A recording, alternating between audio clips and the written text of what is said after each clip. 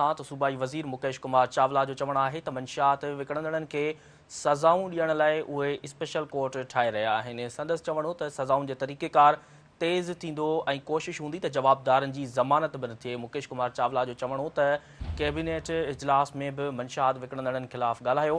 संदसि चवणो त कोर्ट मंशियात विकिणंदड़नि खे बरी करे छॾींदी आहे। मुकेश कुमार चावला जो चवणो त फैसिलिटेशन सेंटर क़ाइमु कयो वियो आहे जीअं माण्हुनि खे सहूलियत मिले। मुकेश कुमार चावला जो चवणो त बिल पास कयो आहे त अॻिते हली पब्लिक प्राइवेट पार्टनरशिप तहत वधीक सेंटर ठाहिया वेंदा। संदसि चवणो हो त कराची में 6, हैदराबाद, सखर ऐं लाड़काने में 2 सेंटर ठाहिया वेंदा। मुकेश कुमार चावला जो चवणो त मीडिया सां शिकायत आहे अॻु में अधु ग्राम मंशियात पकड़ण जी बि ब्रेकिंग ॾींदा हुआ, हाणे वॾे मिक़दार में पकड़ियल मंशियात जी बि ब्रेकिंग नाहे कराई वेंदी।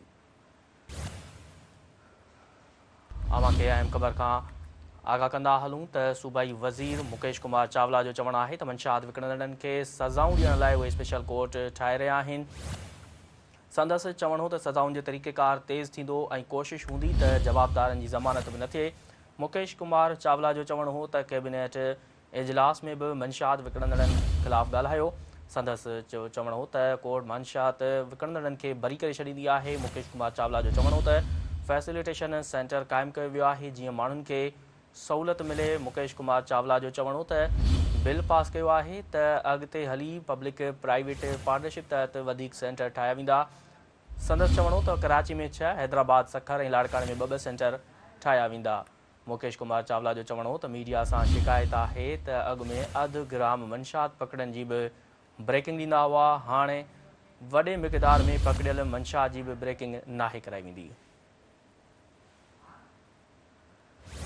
अहम ख़बर खां अवांखे आगाह करे रहिया आहियूं त सूबाई वज़ीर मुकेश कुमार चावला जो चवणु आहे त मंशियात विकिणंदड़नि खे सज़ाऊं ॾियण लाइ उहे स्पेशल कोर्ट ठाहे रहिया आहिनि। वधीक तफ़सील मालूम कंदासीं। टेलीफोन ते मौजूदु आहे कराची खां सिंध टीवी न्यूज़ जो चीफ रिपोर्टर फयाज़ कुरैशी। जी फयाज़, वधीक छा चवणो सूबाई वज़ीर मुकेश कुमार चावला जो?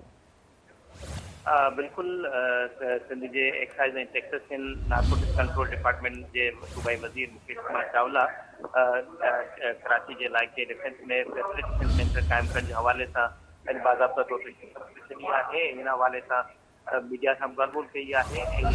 चवण त असांजो मकसद सिविक सेंटर है ऐं माण्हुनि खे तकलीफ़ थी थिए, रश थी रही, इन करे कोशिशि कई हुई त माइकोलाची मेन रोड ते फेज़ 1 में असां रजिस्ट्रेशन सेंटर जेको आहे उनजो क़याम अमल में आंदियूं ऐं हुनजो इफ़्तिताह कयो आहे। उन्हनि खां पोइ ऑफिस 24 कलाक खुलियो रहंदो ऐं सीनियर सिटीज़न थोरे औरतुनि जी सहूलियत जे हवाले सां न सिर्फ़ु बहितरी थींदी बल्कि सभु प्राइवेट पार्टनरशिप तहत वधीक फैसिलिटेशन जेके ऑफिस आहिनि उहे खोलींदासीं। कराची में तारिक रोड, ख़ालिद बिन वलीद रोड ते गाॾी जा शोरूम घणा आहिनि, उते पिणु हिकिड़ो रजिस्ट्रेशन सेंटर खोलियो वेंदो जीअं माण्हुनि खे आसानी थिए। संदसि चवणो त 11 किलो आइस जेका आहे उहा पकड़जण ते मीडिया का ख़बर नथी हलाए बल्कि ॾींहुं राति असां कार्रवाई करे रहिया आहियूं। उन मीडिया सां शिकवो कंदे कलाक में चयो त जेकॾहिं असां अहिड़े क़िस्म जी कार्रवाई कयूं था त अधु किलो जी ख़बर त हलाई थी वञे, पर एॾी वॾी ख़बर जेका आहे उहा मीडिया हुनखे कवरेज नथी ॾिए। कैबिनेट इजलास में मंशियात फरोशन जे ख़िलाफ़ ॻाल्हि कई ऐं को अदालतूं जेके आहिनि उहे मंशियात फरोशन खे आज़ादु करे थी छॾीनि, जंहिं सबबु मंशियात जो ख़ात्मो जेको आहे उहो मुश्किल जो सबबु बणिजे थो। संदसि चवणो त असां न सिर्फ़ु सूबे जे जेके मंशियात जे ख़ात्मे जे हवाले सां कोशिशि वठी रहिया आहियूं बल्कि जेको असांजो एक्साइज़ जेको निज़ाम आहे उनखे बहितर करण जे हवाले सां पगभराई करे रहिया आहियूं।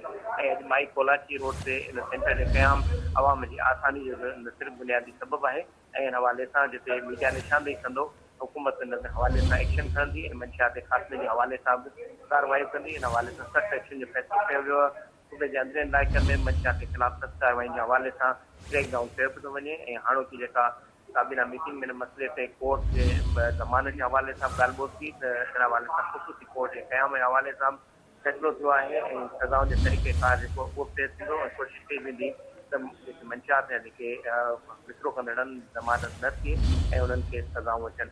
स्पेशल कोर्ट हूंदियूं ऐं केस प्रॉपर्टी सिंपल जे तौर ते पंहिंजे पाण वटि जमा कया वेंदा ऐं बाक़ी जेका मंशियात जो ख़ात्मो आहे उनखे फौरी तलब करण जे हवाले सां ख़तमु कया वेंदा ऐं मंशियात फरोशन जी जेका ज़मानत रोकण जे हवाले सां अॻिभराई थी त मुस्बत नतीजा मिलंदा ऐं इन हवाले सां वधीक जेका अॻिभराई कई वेंदी। संदसि चवणु हुयो मुकेश कुमार चावला जो कराची में 6 खां 7 हंधनि ते जेके फैसिलिटेशन सेंटर क़ाइमु कयूं पिया। इन तरह सां हैदराबाद, सखर, लाड़काने में 2 सेंटर वधीक बनाया वेंदा ऐं हर ज़िले खे जेको सिट ते अहिड़ो सेंटर बनायो वेंदो जीअं आवाम खे जेके सिर्फ़ु टैक्स भरण में आसानी थींदी बल्कि पंहिंजी गाॾियुनि जी रजिस्ट्रेशन ऐं ॿिया जेके कम आहिनि उन्हनि जे हवाले सां पिणु आसानी थींदी। ठीकु आहे फयाज़, तफ़सील ॾियण लाइ वॾी महिरबानी।